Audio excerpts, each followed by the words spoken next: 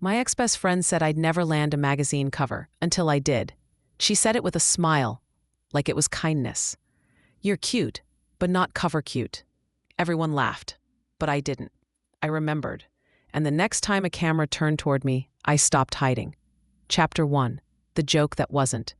We were halfway through Bottomless Mimosas when Tara asked what I was doing later. I hadn't planned on saying anything, not because it was a secret, but because I already knew how Riley would react. She had a sixth sense for spotlight shifts, and she didn't like sharing stage time, even when no one was looking at her. Still, the words came out. Actually, I'm helping Lena with her new lookbook shoot today. She asked if I'd model one of the pieces. Cam's eyebrows shot up. Wait, model? That's awesome. But before I could respond, Riley let out a soft laugh. Not a belly laugh, a knowing one, like I'd just told a 3-year-old they could drive. Modeling? She repeated, sipping her drink. You? I blinked. She tilted her head, eyes scanning me. I mean, that's cute. You've got a nice face, for sure. But it's Lena, right? Very indie. Very real body representation. So it makes sense she'd want to feature friends. I felt my stomach twist, but I forced a nod. She said the theme's raw and stripped back. I replied, no heavy styling, just personality. Riley grinned. Ah. So not cover model stuff. More art school catalog meets self-love campaign. Tara's fork paused mid-air. Cam shifted uncomfortably.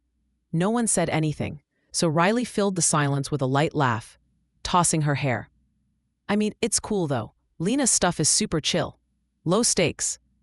Right, I said, smiling like I wasn't bleeding out inside. Because that's what I did. Smiled, let her voice overwrite mine. Told myself it didn't matter. I looked down at the menu, pretending to reread the same line. Crispy avocado Benedict. Letters blurred. I'd known Riley since 8th grade. She was always the one boys noticed first, the one people assumed would go far because she looked like someone who already had. She didn't have to try. She just was. Pretty, popular, effortlessly magnetic. Me, the background friend. The one who took the pictures, not the one in them. I was okay with that, most of the time. But something about the way she said it, you, cracked something open. Cam nudged my foot under the table. When I looked up, she gave me a look. The kind that said, you don't have to take that. But I did. I always had. We moved on to talking about Tara's latest dating disaster and the bridesmaid dress Cam hated for her sister's wedding. But that moment sat in my chest. A quiet little explosion no one else heard. And later, when I stood in front of Lena's camera, barefoot, backlit by a streak of afternoon sun, I realized something. Riley's voice didn't belong in my head anymore. Chapter 2. The Catalog Shoot. Lena's loft looked like a Pinterest board. Exposed brick, trailing plants, and a vintage mannequin wearing half a dress made from recycled denim. It smelled like sandalwood and orange zest, and the light, God the light, made everything feel like a secret being softly revealed. I stepped inside, clutching the eco-friendly tote she'd told me to bring. Bare face, loose hair, no pressure, she'd texted. You'll be barefoot most of the time. Still, I'd second-guessed everything. My outfit, my posture, my existence. Lena popped her head around the corner. Ava, you came. Would have felt like a jerk if I ghosted. She rolled her eyes. You're doing me a favor, not the other way around. Mark, her assistant/everything, offered me tea. Ginger and lemon, he said, for the nerves. How did you know I had nerves? He smiled. Everyone does. Lena started pulling garments from the rack. I've got a theory, she said, holding up a hand-dyed wrap dress against me. The best models are trying to be models. Oh? What are they trying to be? Present, honest, a little vulnerable maybe? You've got all of that. I didn't know what to say to that, so I changed behind a linen curtain and stepped barefoot onto the painted wood floor, trying not to trip over my own doubts. The first few minutes felt awkward. My hands didn't know where to go. My shoulders were either too stiff or too slouched. Mark adjusted a fan. Lena crouched for a lower angle. But then something clicked. She asked me to close my eyes, turn slowly, breathe deep. Now laugh like you're remembering something nobody else knows, she said. I did, and it felt like mine. Ever had someone tell you you weren't the right look? Hit like, leave a comment, and don't forget to subscribe. especially if you know what it's like to prove people wrong just by showing up. This story's just getting started. Lena tapped her camera screen and turned it toward me. That one, she said. That's the shot. I stared at it, not out of disbelief, but something else. Recognition. It wasn't that I looked different. I didn't. But for the first time, I looked like someone who wasn't waiting to be told she was allowed to belong. I like her, I whispered. Lena nodded. Good, because the world's going to. Chapter 3, The Portfolio Build. The email came 2 days later. I was sitting on the floor, eating leftover pad thai straight from the container, when the notification popped up. Subject, follow-up from the lookbook shoot. I wiped my fingers and opened it. Hey Ava, I just wanted to say thank you again. The photos turned out better than I imagined. I'm attaching a folder of selects for you. Use them however you want. You've got something. Don't let anyone talk you out of it. Lena. There was a Dropbox link at the bottom. I clicked. And there I was. But not the version of me I was used to. No forced smile. No ducking behind friends. Just me, standing in a shaft of window light, barefoot, laughing at something Mark had said. In another, I was staring directly into the camera, shoulders relaxed, eyes soft, not nervous, not second-guessing. I looked like someone who belonged. My phone buzzed. Cam. Camila, survived the bridal shower, just barely. You? Can I send you something? I need an honest opinion. Camila, girl, always. I sent her the link, not the whole folder, just 3 photos, enough. 30 seconds passed, then a stream of texts. Camila, Ava, what is this? Why are you not posting this? You look like the cover of Kinfolk or something. I'm mad. I'm actually mad. Me, too much? Camila, it's perfect. It's real. Please don't crop yourself out or slap some modest caption about helping out. This is your moment. Own it. I didn't answer right away. My fingers hovered over the keyboard. Cam was right, but I wasn't ready to post anything yet. Instead, I opened Canva, picked a clean template, and started building. It wasn't much. Just a portfolio, 1 page, minimal layout, my name in simple serif font, a space that said, I exist. This is me, and I'm not sorry anymore.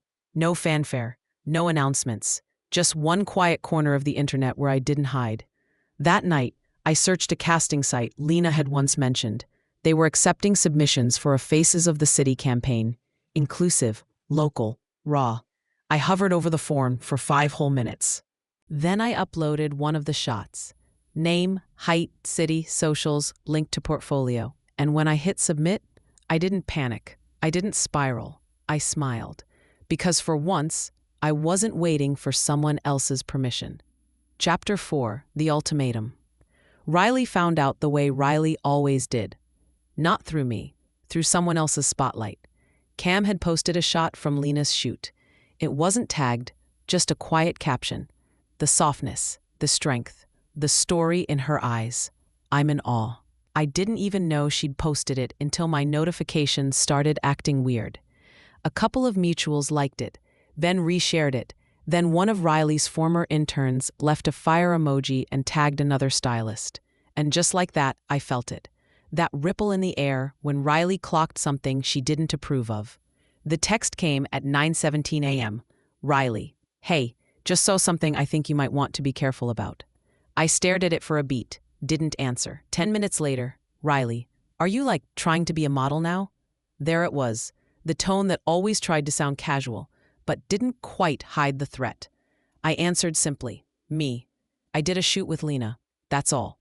She waited 5 minutes, then responded, Riley, okay, but just be careful. These things have a way of getting out of hand. I've seen people crash and burn trying to chase stuff that isn't in their lane. I blinked at the phrase, out of hand, as if existing confidently was a wildfire. Then came the voice note. I knew she'd never say what she wanted typed out.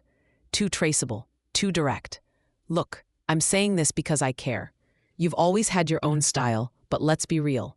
This industry's brutal. People can be so mean, and you're just not built like that. I'd hate to see you get mocked or used. A pause, then just know your strengths. You're a great behind-the-scenes person. Behind the scenes. That line hit harder than it should have, because deep down I'd believed it for years. But not today.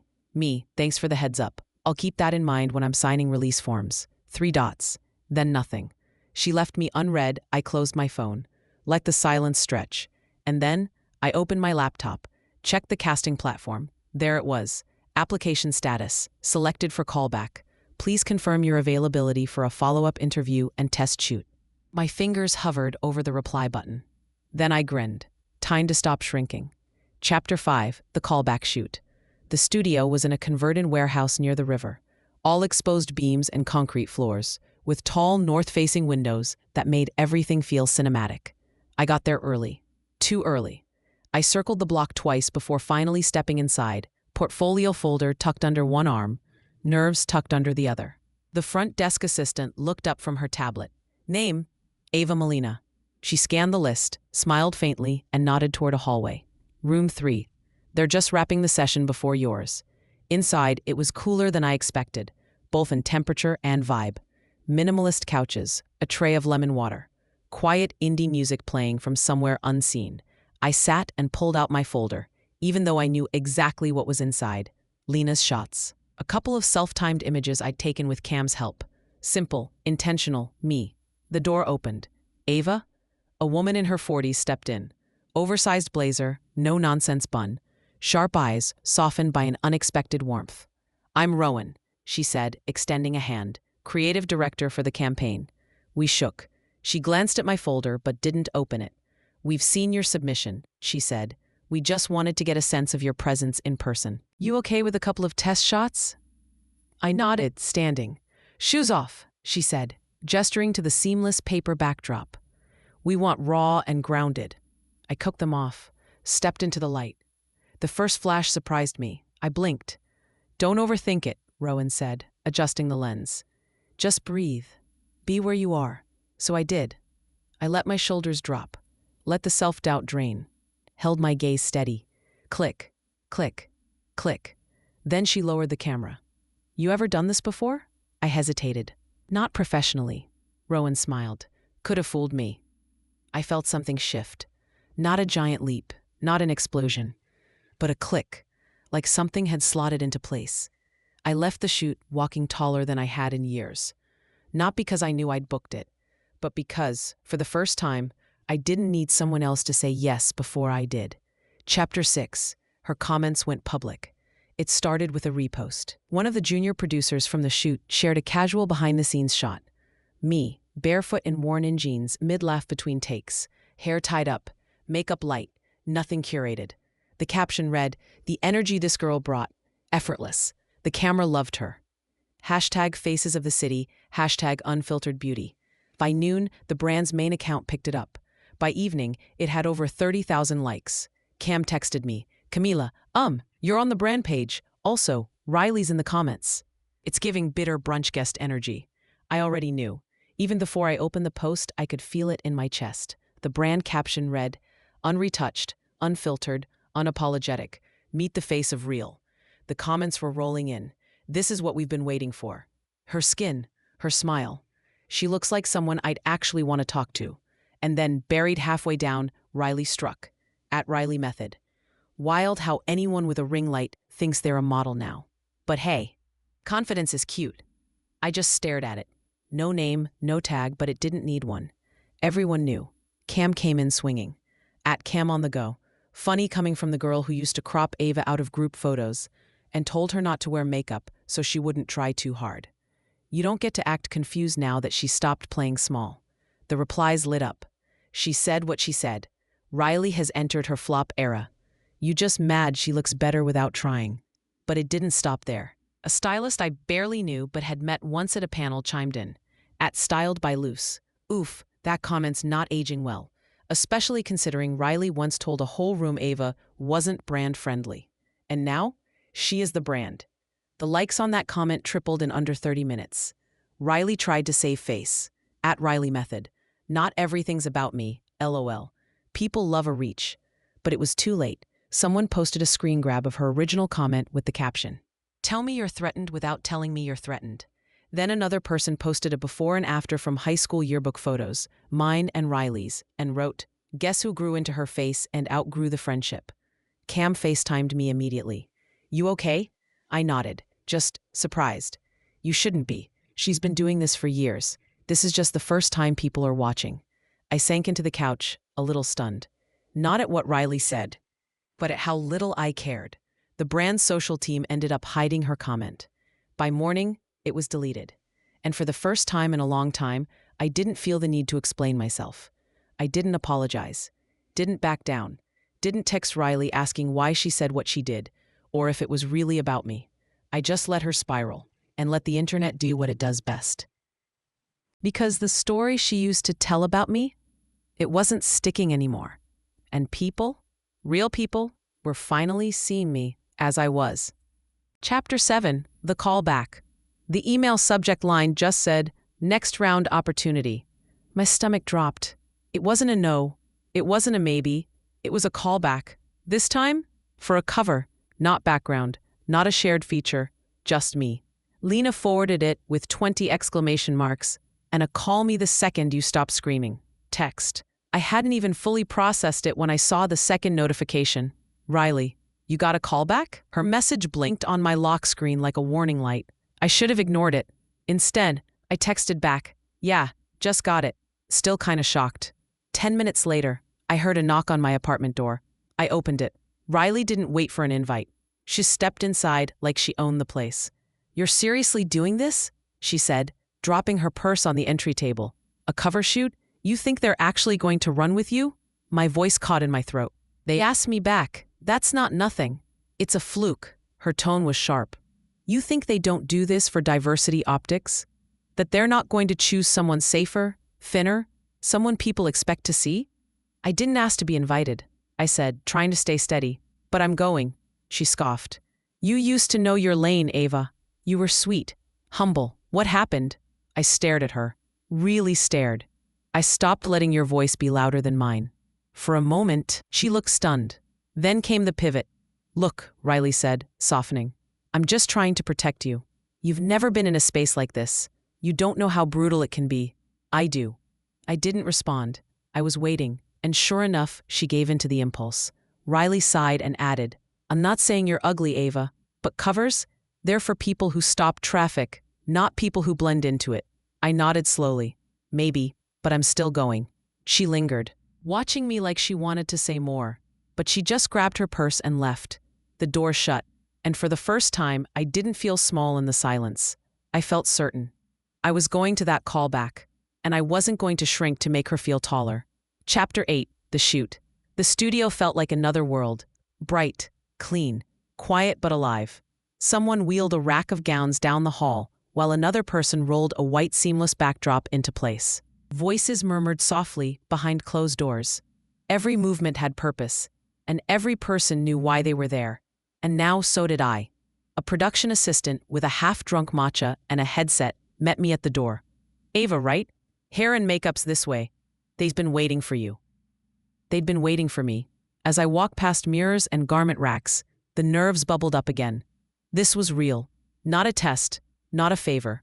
I was here because someone, a casting director, a client, maybe even a whole team, saw something in me. Hair and makeup was a flurry of quiet precision. Brushes tapped palettes. Curlers clicked. One of the stylists gave me a warm smile. "You've got great skin. This'll be easy." Another added, "The vibe today is clean, honest. The whole campaign's about presence, not perfection, just you." I swallowed hard.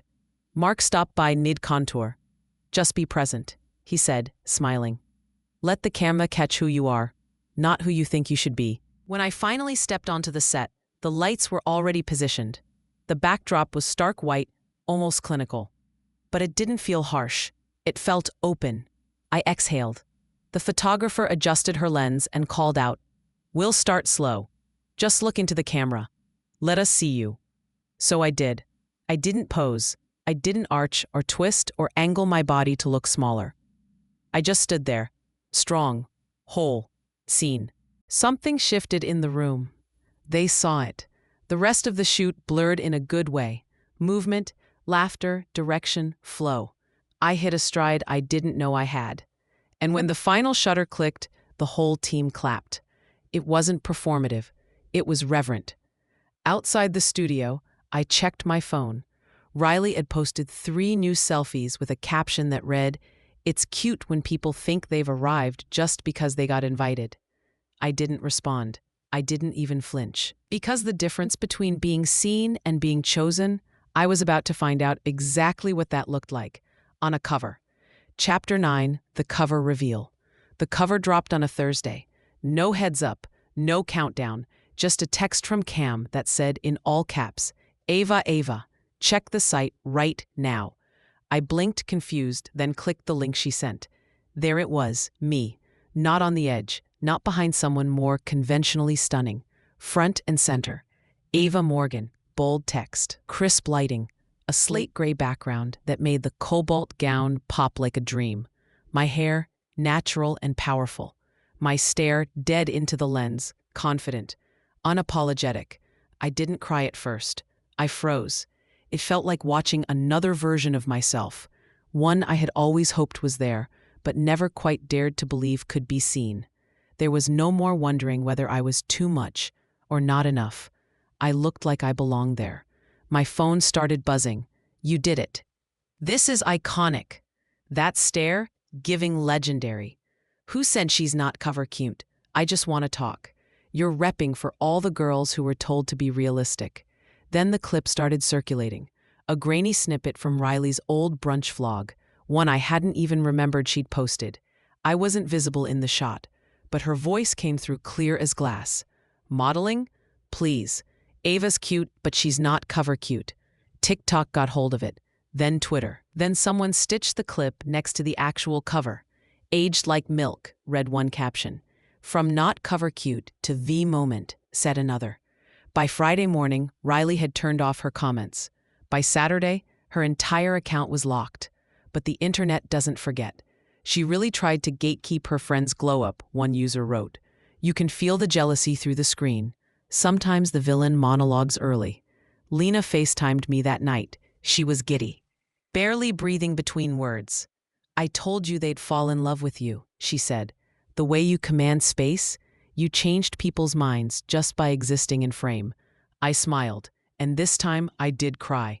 Because for the first time in a long time, I wasn't waiting for validation. I wasn't wondering how someone else would spin it. I knew who I was, and they saw it too. I didn't post a caption, didn't clap back or shade anyone. I just reposted the cover to my story. No tag, no text. Just the image, and that was more than enough. Chapter 10, The DM. It came on a Sunday morning. No subject line. Just a notification and Riley's name. Riley M., proud of you. You always had it in you. That was it. Not, I'm sorry for what I said. Not, you proved me wrong. Not even congratulations. Just a shallow pat on the head, coated in glitter and revisionism. I stared at it for a long time. My thumb hovered over the screen. Not because I wanted to reply. I didn't. But because part of me still hoped, irrationally, that there might be a second message. Something real. Something that didn't feel like she was trying to rewrite the past in her favor. It never came. Instead, Cam called. Did she reach out? She asked without even saying hello. Yep. And, let me guess, no accountability, no acknowledgement, just vague vibes and a sparkle emoji. I laughed. You forgot the condescending tone. Oh, right, she said dryly. That's her signature. There was a pause. Then she added, You don't have to respond, you know. Not even politely. Sometimes silence says everything. She was right. I didn't owe Riley closure. I didn't owe her a clean ending or a graceful out. What I owed was to myself. To recognize that this version of Ava didn't need to shrink, explain or forgive just to keep the peace. I tapped once. Mark as read, and that was it. Later that day, I was walking past a newsstand downtown when I caught a flash of blue in the corner of my eye. I turned, and there it was, the cover, my cover. Next to the usual celebrity headlines and trend forecasts, there I stood, centered, unapologetic, unmissable. A little girl, maybe 9 or 10, stood nearby holding her mom's hand. Brown skin, big glasses, braids tied in colorful bands. She noticed the photo, then noticed me standing beside it. Her eyes flicked back and forth, unsure for a moment. And then she smiled, not a shy one, not a polite one, a knowing smile. I smiled back, tears threatening to rise, because I saw her, and for the first time in a long time, I saw myself too. Epilogue. Real Pretty Riley once said I had a nice personality face. The kind of face people don't feel threatened by. The kind that makes for a good listener, a +1, a background character. Harmless, approachable, forgettable. She never said it like an insult. She said it with a smile, like she was letting me in on something true. And for years, I believed her. Not because it was true, but because she'd been narrating my worth for so long that I stopped writing my own lines. I let her tell the story, and in her story, I was the supporting act. The best friend, the cheerleader, the one who knew how to fade into the edges so she could shine without competition. So I learned to downplay myself, to dress safe, to laugh off compliments, to say no to opportunities I didn't feel worthy of. And every time Riley looked at me like I was overreaching, I folded back in. Until I didn't. Until someone saw me, not as nice or approachable, but as compelling. Until someone put me in front of a camera and said, "Hold that." That's it. Until I saw the shots and didn't flinch, I started to see myself differently. Not because I was suddenly more beautiful, but because I stopped waiting for Riley to decide what beautiful meant. And the irony? That first magazine cover, the one Riley said I'd never land, it sold out. Twice. The photographer said my shot broke engagement records online. And Riley? She posted a throwback selfie the next day, tagged 3 modeling agencies, like she could still control the spotlight by standing under it harder. But it was too late, because I'm not standing behind anyone anymore. I'm not cropping myself out of the frame. I'm not shrinking to make space for someone who only applauds when I stay small. I'm not asking anyone, friend or not, to confirm that I'm worth looking at. I know I am. And not just pretty, not just palatable, not just enough. I am bold. I am seen. I am exactly where I'm meant to be. And for the first time in my life, I believe that's what real pretty looks like.